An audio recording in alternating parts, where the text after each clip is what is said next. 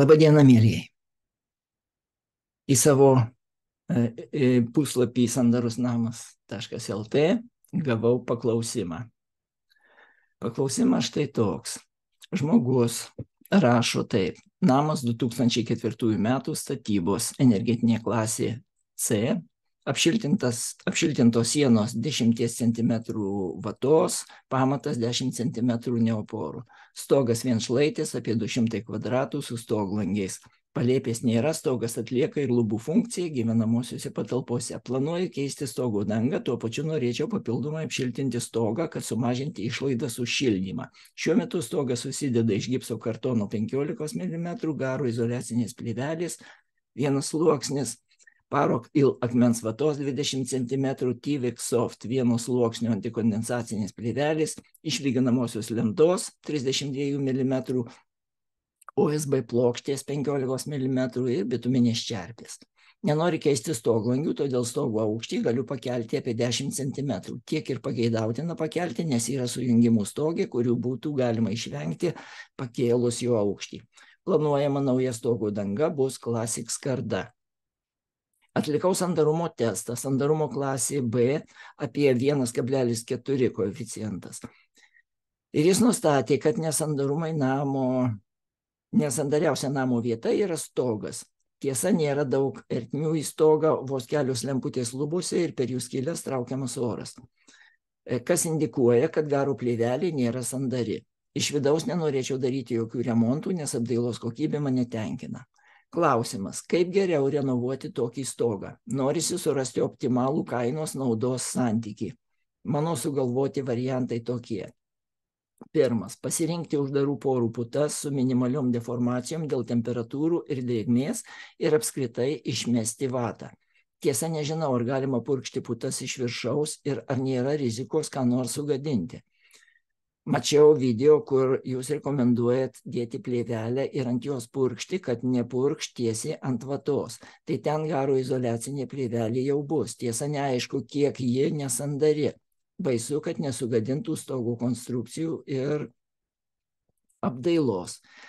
Taip gaučiau turbūt garantuotą sandarumą, bet šis būdas akivaizdžiai bus pats brangiausias. Bet mano spėjimu duos didžiausią rezultatą šilumos sutaupymo atžvilgiu. Antras. Dėti 10 cm vatos ir naują antikondensacinę plėvelę, bet tas niekaip nesprendžia sandarumo. Tiesa, kažkoks efektas šiluminis, spėju, vis tiek bus dėl padidėjusios varžos ir kainuos gerokai pigiau nei viską keisti putomis.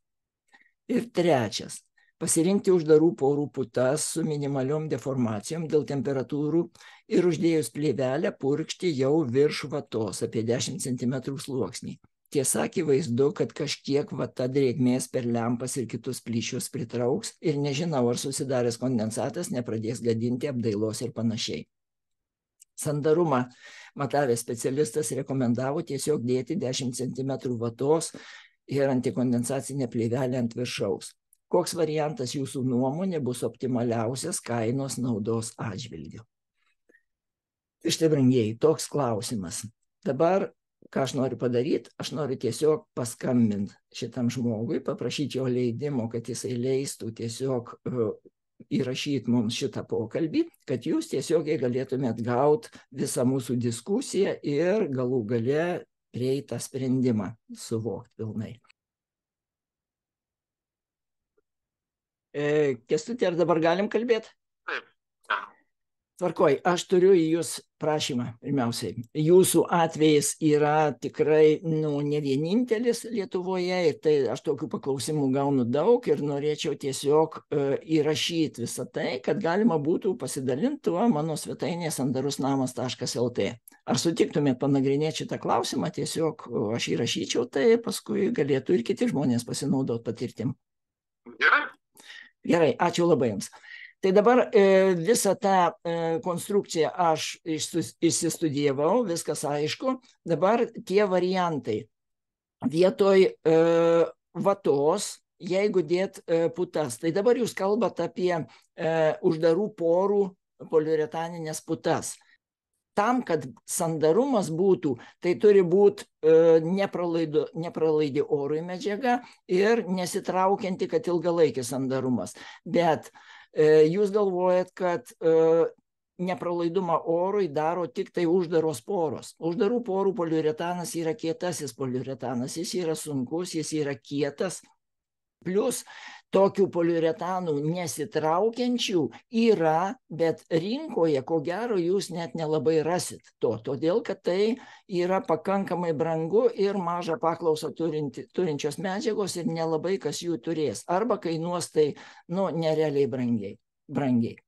Tai variantas kitas yra kanadiečių firmos Aisenin medžiaga, kuri Lietuvoje pavadinta kaip gamo putos. Tai yra naujoji poliuretano rūšis, kur kanadiečiai va šitos trūkumus sunaikino. Tai yra atvirų porų medžiaga, bet jų porų labirintas toks smulkus ir toks painus, kad oro molekulės neprasiskverbia per jas. Todėl jos duoda pilną sandarumą. Tai pirmas, o vandens garų molekulės, būdamos apie 10 kartų mažesnės už oro, jos per šitą labirintą lėtai praeina.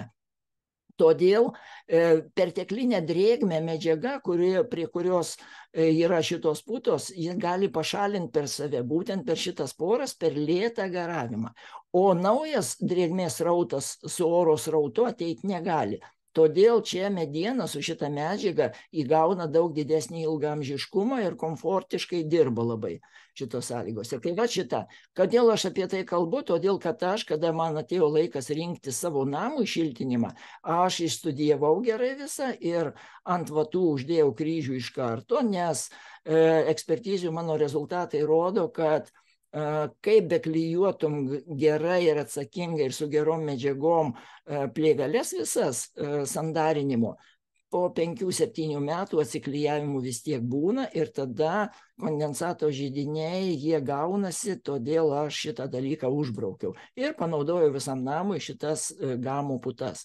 Tai va toks mano pastebėjimas. Dabar jeigu jūs imtumėt ir viską pilnai nuimtumėt visą vatą ir dėtumėt tik tai tas putas, tada galbūt šiek tiek yra su garso izoliacija, kadangi vienos rūšies medžiaga, ji ne visada visus dažnius sulaiko garso. Tai komponuojant dvi medžiagas, sakykime, vatą su putomis, gaunasi kur kas geresnė garso izoliacija. Tai mano manimu būtų optimalu šitaip. Jeigu jūs nuimtumėt dalį medžiagos, čia rašo 20 cm yra jūsų vatos, tai tą 10 cm vatos nuėmus, perklojus paprastą bet kokią plėvelę, kad ir agro plėvelę, ten pigiausia, sakykime, ir užpurkšt tą 20 cm poliuretaninių putų šitų naujųjų gamo ir viskas. Ir tada uždėjot antikondensacinę plėvelę ir baigta, daugiau nieko. Dabar plėvelė antikondensacinė, todėl kad nuo stogo dangos, ten vis tiek po stogo danga gaunasi tam tikrais atvejais rasa. Kaip ant žolės iškrenta rasa, taip ir ant stogo dangos, kadangi jinai kieta, greitai atšalanti, ten kondensacija vyksta, todėl kad nelašėtų tai tiesiai ant putų reikia uždėti antikondensacinę plėvelę, ją pilnai užsandarinti ir viskas. Tai va šitas variantas tikrai pilnai padaromas jums. Jeigu dabar, ką šitas variantas jums duoda? 20 cm šitų putų sluoksnis jums garantuos pakankamą šiltumą, kad vatoje nesikondensuotų drėgmė. Tai reiškia, iš išorės šaltis bus sulaikomas, o iš vidaus šiluma orą sušildys vatoje ir jeigu ten ir papuls vandens garai į šitą sluoksnį, į vatos sluoksnį, tokiu atveju ten kondensacijos nebus jau. Jeigu jūs uždėsite tik 10 cm putų sluoksnį iš viršaus, tai vatoje į ją papuolęs vandens garai, jeigu ten gali gautis kondensatas. Štai šitoks niuansas yra. Todėl vis tik jums viršutinis sluoksnis turi užgarantuoti, kad ta vata, kuri tarnaus pagrindė kaip garso izoliacija daugiau, jinai nebijos to, kad į ją gali papult kažkiek tai vandens garų. Ten ta plėvelė pas jūs yra, bet jūs jau aiškiai matot, kad tai nėra pakankamo sandarumo. Vis tik B klasė, pusantro reiškia kartų apykaita oro, tai vis tik ten eina oras, o mūsų gyvenamosiose patalpose vandens garų yra labai daug. Kvėpavimas, prakaitavimas, skalbimas, virimas ir taip toliau, visa tai duoda daug vandens garų. Aišku, viskas vėlgi priklauso ir nuo vėdinimo. Tai čia šito klausimo, jeigu kalbam apie šilumos išsaugojimą, vėdinimo klausimo jokių būdų negalima palikti šone, nes jūs padarot sandarumą ir tą orą, kurį jūs iškvėpuojat, jis pats jau nesikeičia aktyviai, todėl jį reikia keisti ir keisti pačiu racionaliausiu būdu. Todėl vėdinimo sistema turi būti tikrai efektyvi ir ekonomiška. Tai čia be rekuperacijos sandarinant pastatą jau niekaip neišsiversi. Tai va, natūralu, tai apšiltinimas kuo surištas. Pas mane apšiltinimas, va tas terminas, tai pirmiausia yra šitai, 5 dalykai jame yra. Tai aš vardinu dabar. Sandarinimas, sandarinimas, sandarinimas, sandarinimas ir šiltinimas. 4/5 yra sandarumas šilumos išsaugojime ir 1/5 yra šiluminė varža. Tai va, todėl čia yra pilnai sandarumą, jūs jau turit padaryti, jeigu norit tikrai šilto, ekonomiško ir modernaus namo. Tai netgi aš savo seminarį, į kurį sudėjau visus niuansus tam, kad namas tikrai būtų šiltas, ekonomiškas, šiuolaikinis, modernus ir nedarant klaidų ir nebrangiai, neperdarinėjant, aš sudėjau į tą seminarą visas šitas žinias. Jūs visą tai galite rasti mano svetainėje sandarusnamas.lt.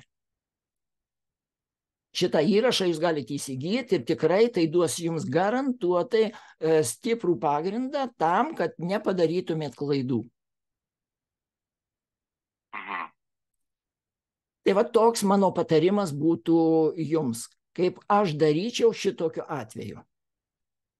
Bet žinot, restauracija, jeigu yra dėl pastatytam name, tai ten viskas geriausiai. Tikrai nebūtinai.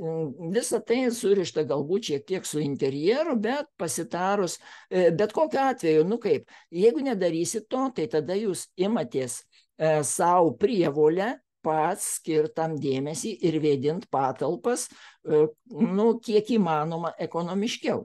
Nes jeigu jūs šiltinat, įdedat pinigus savo, darot, tai tikrai teisingai viską, o po to atidarot langus ir darot skersvėjį, tokiu atveju jūs šilumos išleidžiat 5 kartus daugiau, negu galėtumėte išleisti. Ir tai kainuoja.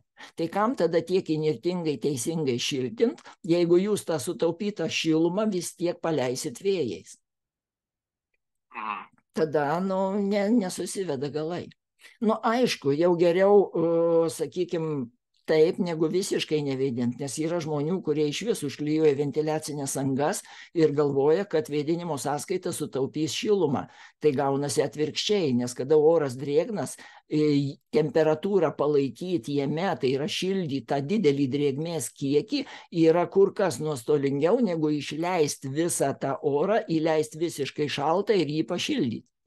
Tai va to žmonės tos ekonomikos nesuprasdami, tai ne tik tai, kad nesutaupo, bet ir labai stipriai gadina savo sveikatą. Todėl vėdinimas turi labai didelę reikšmę, ne tik tai šilumos išsaugojime, bet ir sveikatai, komfortui jūsų name. Apie tai aš taip pat kalbu tame seminare, kurį aš jums paminėjau.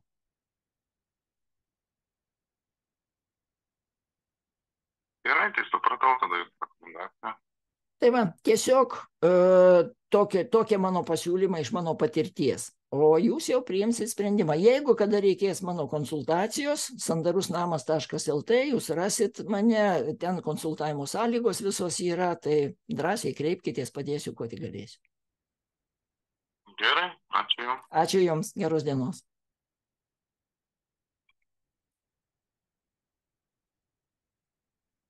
Tai štai, brangiai.